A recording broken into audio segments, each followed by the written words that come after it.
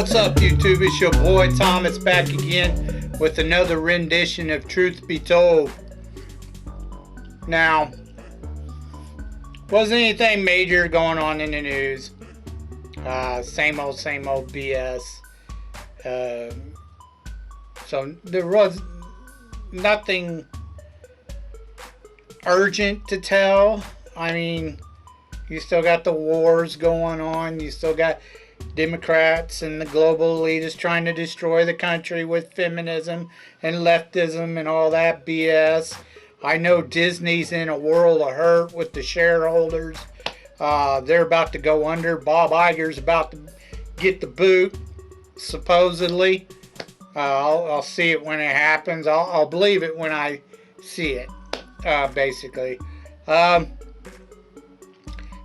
Trump cases are falling apart. They're being seen for what they are. MSM is still lying out their asses. Nobody trusts them. But yeah, same old crap, just a different day. So let's talk about what I really want to talk to you about. Because you know me, I'm not a big fan of politics. Everybody's in it because the world has just gone insane with all the leftism crap. But anyways, I just got done watching an older television show called Jason of Star Command. Now, this show,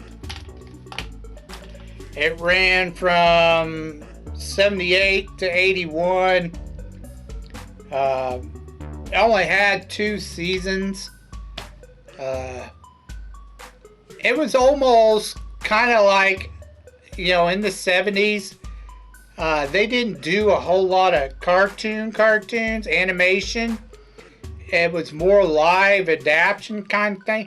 And this was kind of like a cartoony-ish Saturday morning cartoon show. Now, in the first season, you had 4 main characters. Well, 5 if you count the bad guy. You had what was called the Commander of Star Command, which is basically this.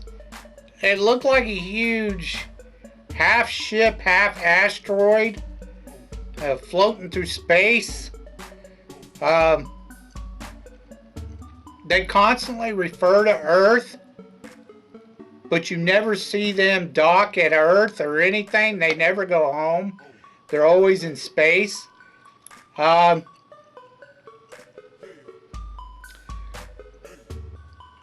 part of a group called Star Command, which apparently is kind of like the Federation. There's tons of worlds that have joined Earth and become a Star Command. But you never see any of these other worlds or Earth ever in either season.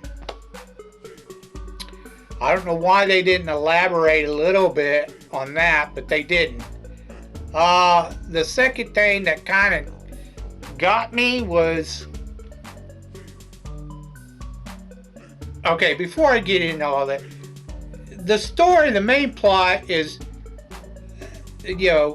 Jason, which is the hero, at Star Command, are constantly flying around fighting this guy called Dracos,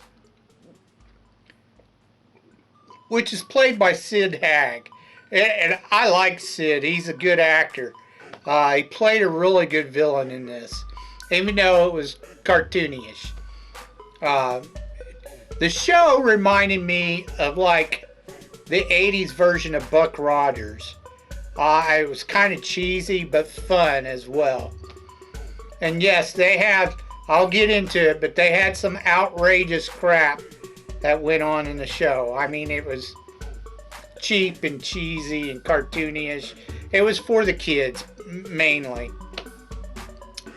But anyways, the plot is that they're going around trying to help other species against Dracos, because he's, well, at least in the second season. In the second season, they're going around trying to help others against Dracos, because he's built an army and he's conquered a bunch of places. He's trying to take over the galaxy, or the known galaxy. He wants the entire universe, but right now he's just trying to conquer the known galaxy. In the first season, he's pretty much just trying to take out Star Command. But in the second one, you know, that's all the first season really is them constantly fighting Dracos. In the second season, they fight him, but, you know, there's a couple of episodes where they're actually trying to help other species. So that's the plot. They're always fighting Dracos. He's always trying to conquer everybody.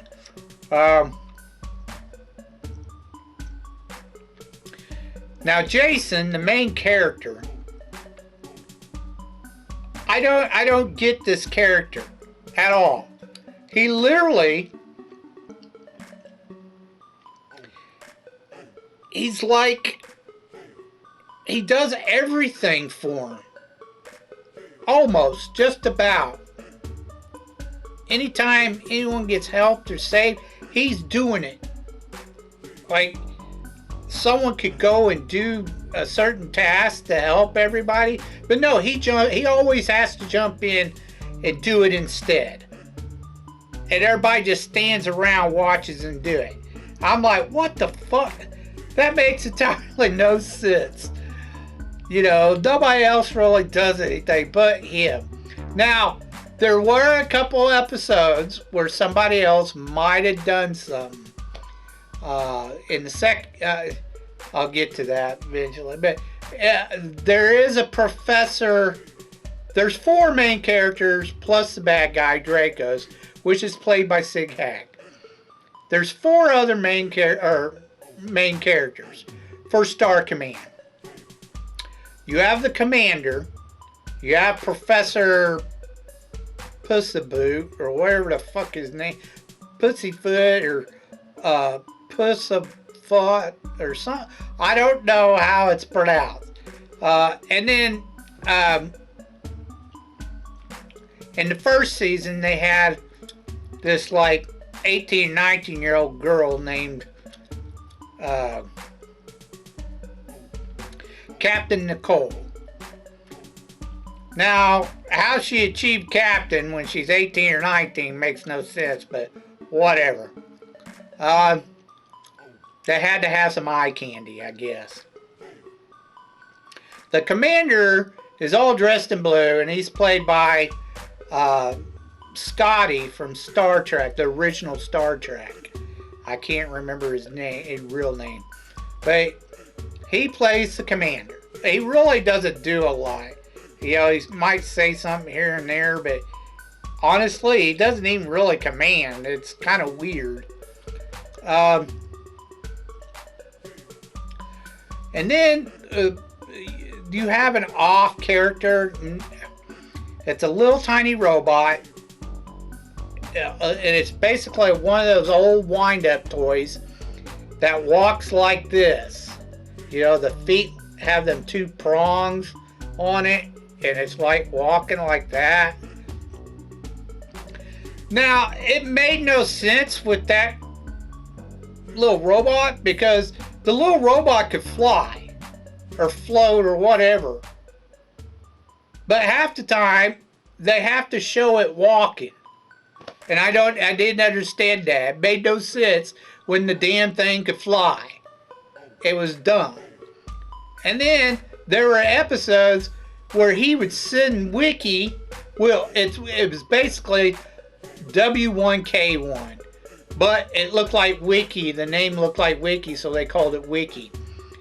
And then there were times where he'd send it off into space and it'd fly to Star Command. And I'm like, what the this little tiny robot, I mean, it's only about this big. It's tiny. It's a toy. But yeah, it could fly through space at astronomical speeds to get to Star Command. Made no sense. It wasn't, it wasn't a spaceship, so how the fuck, that made no sense. But anyways, the little robot also,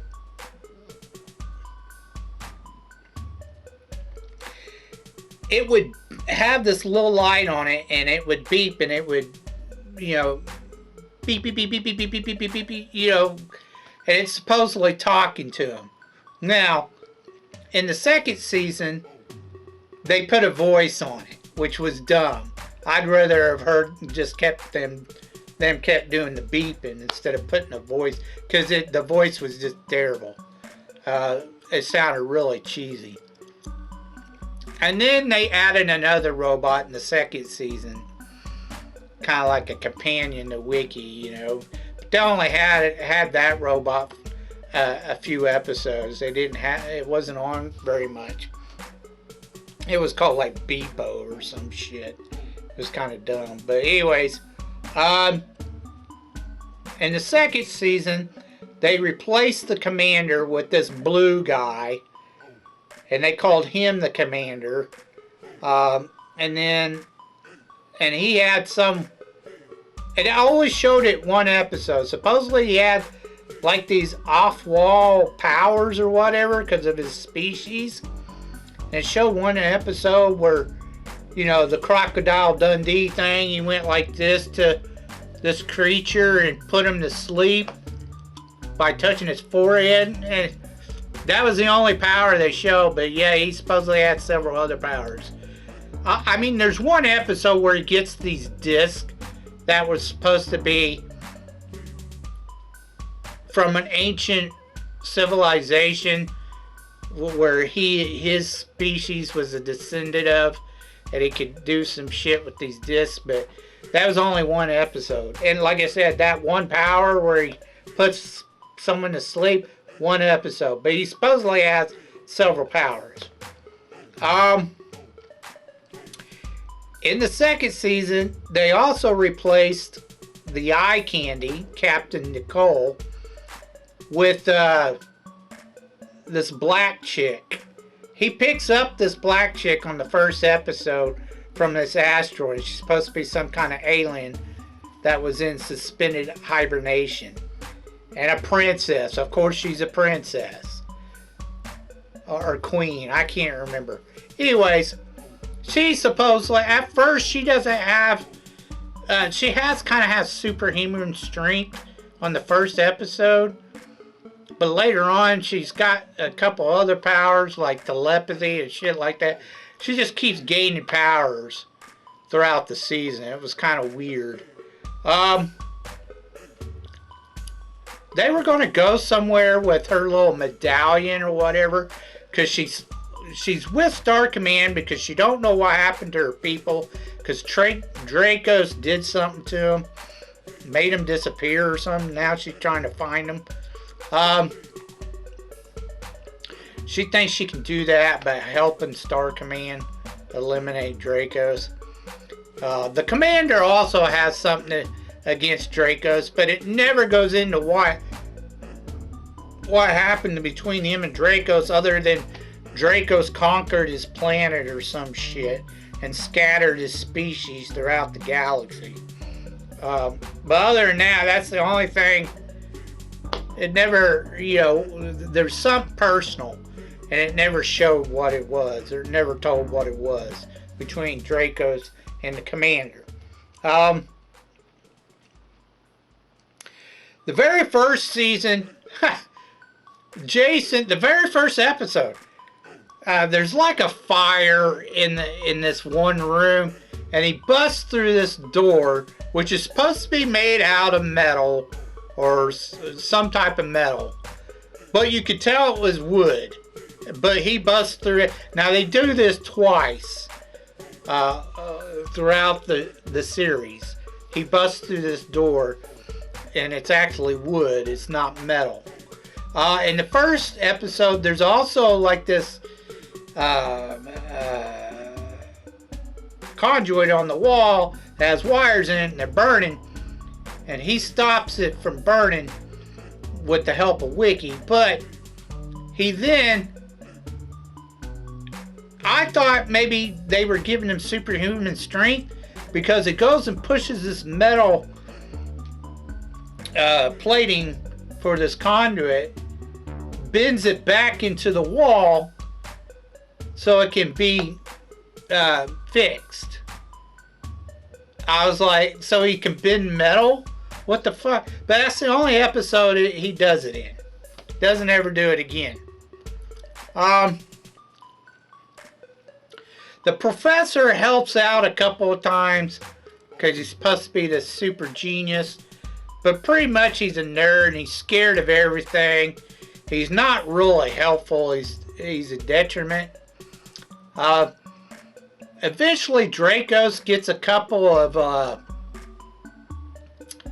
I guess you would call them henchmen. There's this Queen Medusa, which they show a couple of times, and some other furry looking dude with Cyclops with a horn, furry looking dude that shows up a couple times too. But other than that, that's it. That's all your main characters.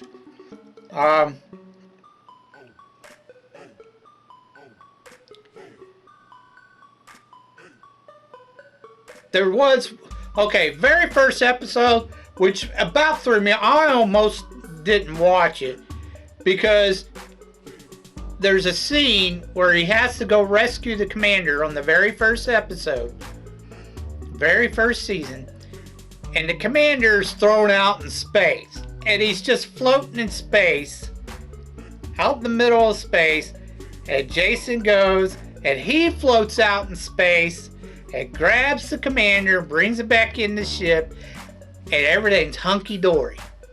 Like they were just in space with no spacesuits. Like, what the fuck?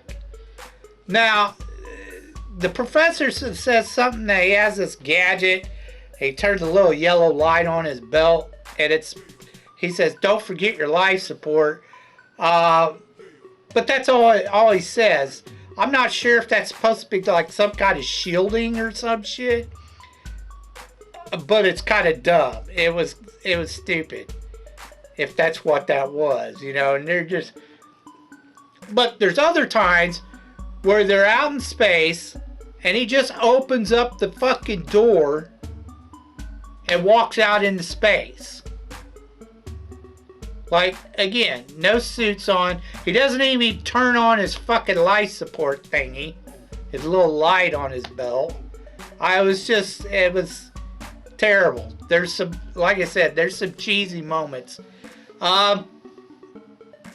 Now, if you could look past all the really cheesy shit, because I understand it was made for kids and it was like a cartoon, the show's really not all that bad.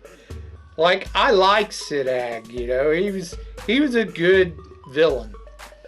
But you could tell it was really cheesy props and all that shit. And they do use all the backgrounds and a lot of the props over and over, like they'll redo scenes. But yeah, you could tell they use a lot of the same background scenes and the props that was done on the stage. But other than that, the show was actually alright for what it was. It was a little cheesy, and like I said, it reminded me of the 80s Buck Rogers show. And I liked that show. Well, I liked the first season. Didn't care too much for the second season. This one, both seasons were alright. I actually liked the second season a little bit better than the first season. But I wish they wouldn't have replaced Captain Nicole. I liked her better than I did the black girl. I did like the commander a little bit better, but he was still pretty cheesy. The robots were really cheesy. But if you look all past that, the show wasn't bad. I give it a thumbs up and a thumbs down. It's worth a one-time watch. Check it out. You might like it. Okay, let's get on to your B-movie reviews.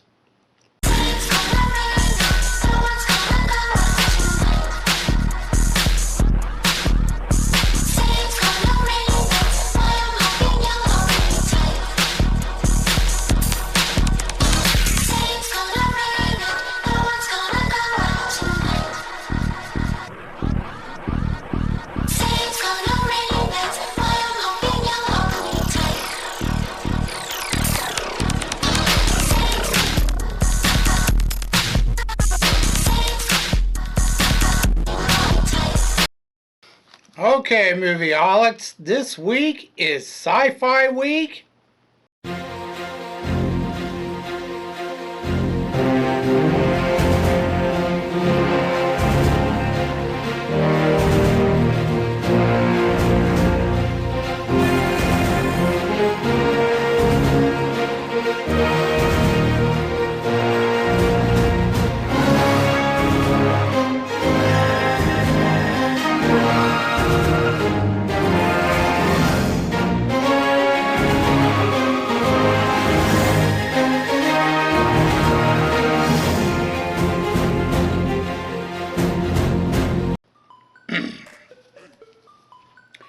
We're going to take a look at a couple of Roger Corman classics, very old movies from the 1960s.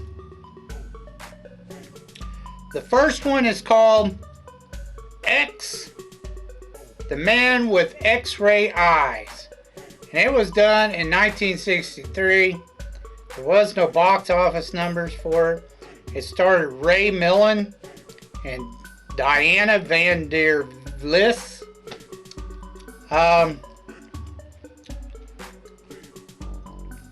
This movie reminded me of like an old Twilight Zone episode. Basically, the story is you have this scientist, he's a doctor.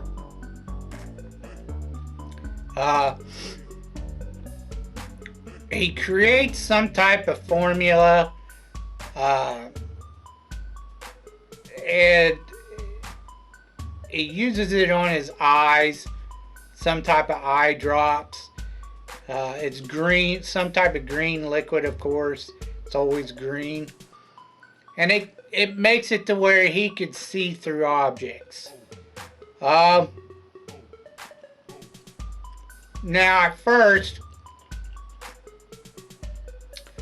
he was just kind of looking through, like, seeing through papers and shit like that. Doors, that kind of stuff. But he kept using the formula. And it got more complex. He started seeing into people's bodies and their anatomy and shit like that. He could see certain distances through walls in city buildings. Now,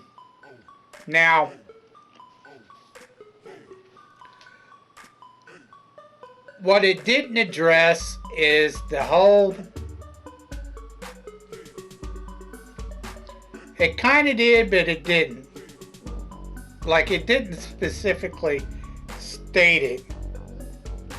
But you know, if he closes his eyes, he should still be able to see through his eyelids. And it doesn't really address that issue.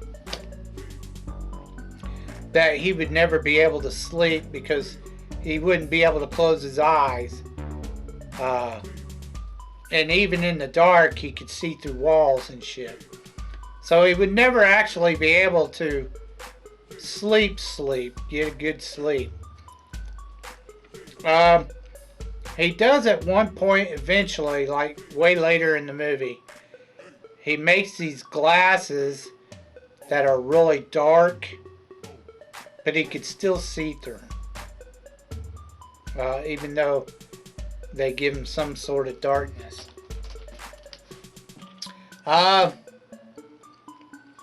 When it shows images of him looking at far distances, like at city buildings and stuff, everything looks red and green and yellow, like it's all ringed in that way, but you don't really see anything. Everything's blurred. Now, the woman, and there's another guy, he's a doctor, who's like his best friend. They try to get him to quit because he's not even supposed to be doing it. It's experimental. He's not supposed to be experimenting with this drug on himself.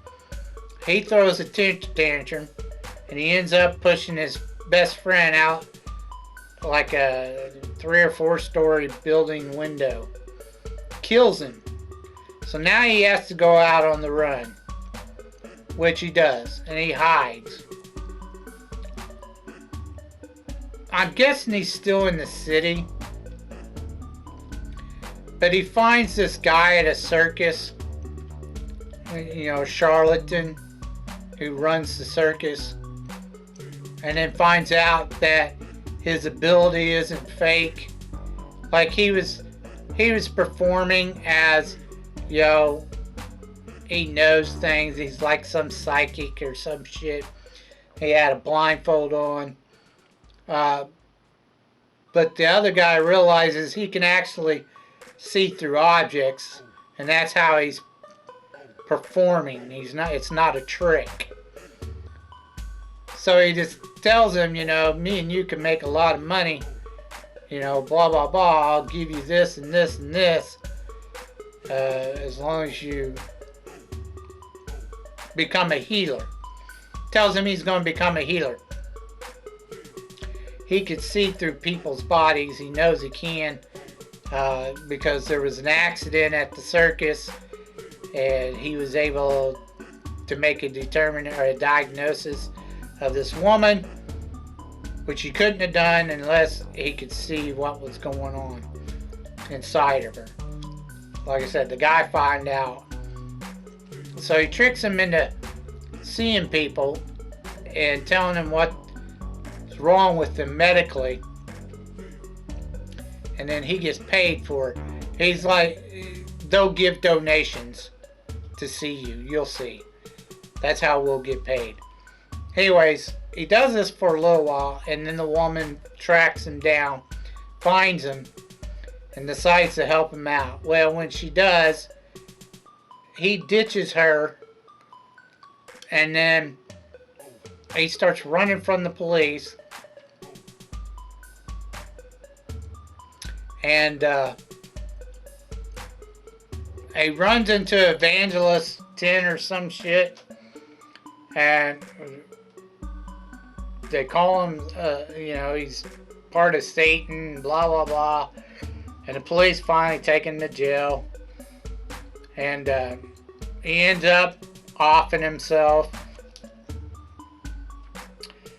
because he wants to see he's still using the formula even though he shouldn't be using it. It really screws up his eyes, and then he's able to see like way into the universe, to the center of the universe, and he thinks he's seeing God, which is an all-seeing eye, and it drives him crazy and mad. He ends up offing himself, and that's the end of the movie. Like I said, it ran like a Twilight Zone episode. It was okay, but it really didn't need to be a movie. It could have been just, you know, the 30-minute Twilight Zone story. It was okay. It was alright. I give it a thumbs up and a thumbs down. It wasn't horrible, but it was kind of really slow. Check it out if you want. It's a Roger Corman classic. It was okay. That's all I have to say. The next one I watched was, again, another Roger Corman classic. Now, he didn't direct this one, but he helped produce it. It was called Voyage to the Prehistoric Planet. And it was done in 1965. Again, no box office numbers. It starred Basil Rathbone and Faith Demeroke. I hope that's how you pronounce it. Anyways, this story is basically about men's first trip to Venus or some shit. And they end up going... Trying to think. There's 3 teams, spaceships that travel to Venus. They're out in orbit. One of them first tries to land on there, ends up getting blown up. The other 2, one of them crash lands, and then the third one, the last one, they travel to the planet to do a rescue mission. Now, this is like several space entities from Earth, like from different countries. They all came together and did this.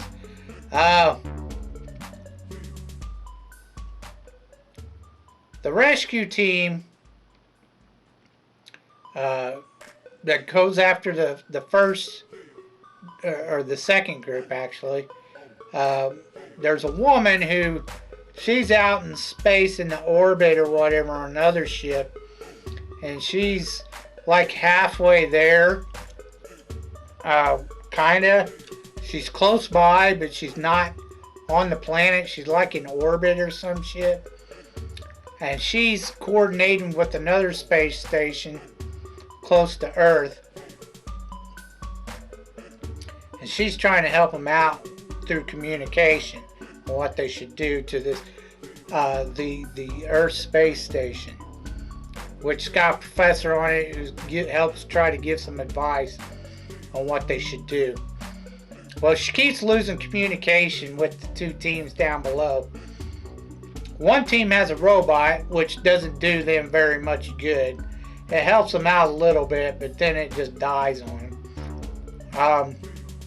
The other team run across a couple of prehistoric creatures on Venus that try to attack them. They also discover some statues or whatever, which tells them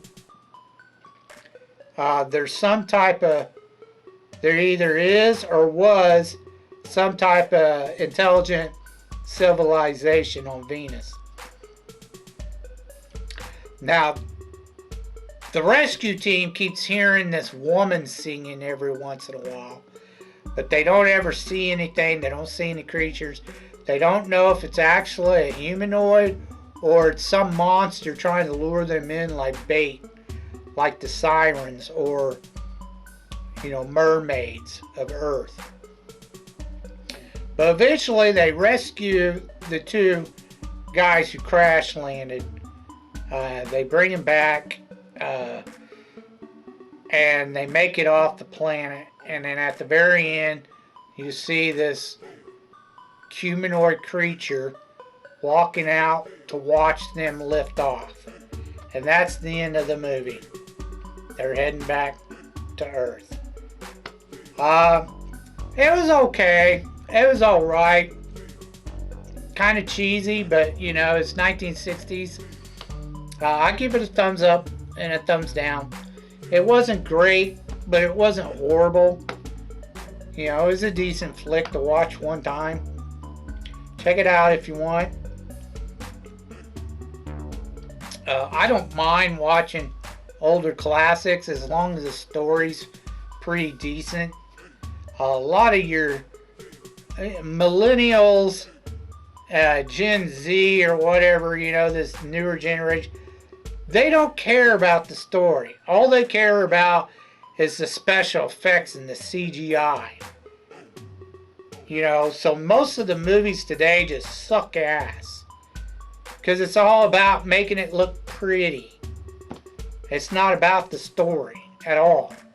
They want to take our, you know, older classic movies and destroy them.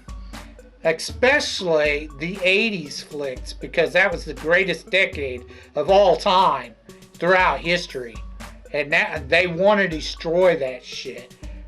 You know, it burns me down. Quit fucking with our generation's fucking classics. Fucking assholes. Hollyweirds, pieces of shit. Anyways, that's all I have for you this week. If you could think of anything that I talked about earlier in the video that you have thoughts on, please leave your thoughts down in the comment section down below. I'd love to hear from you.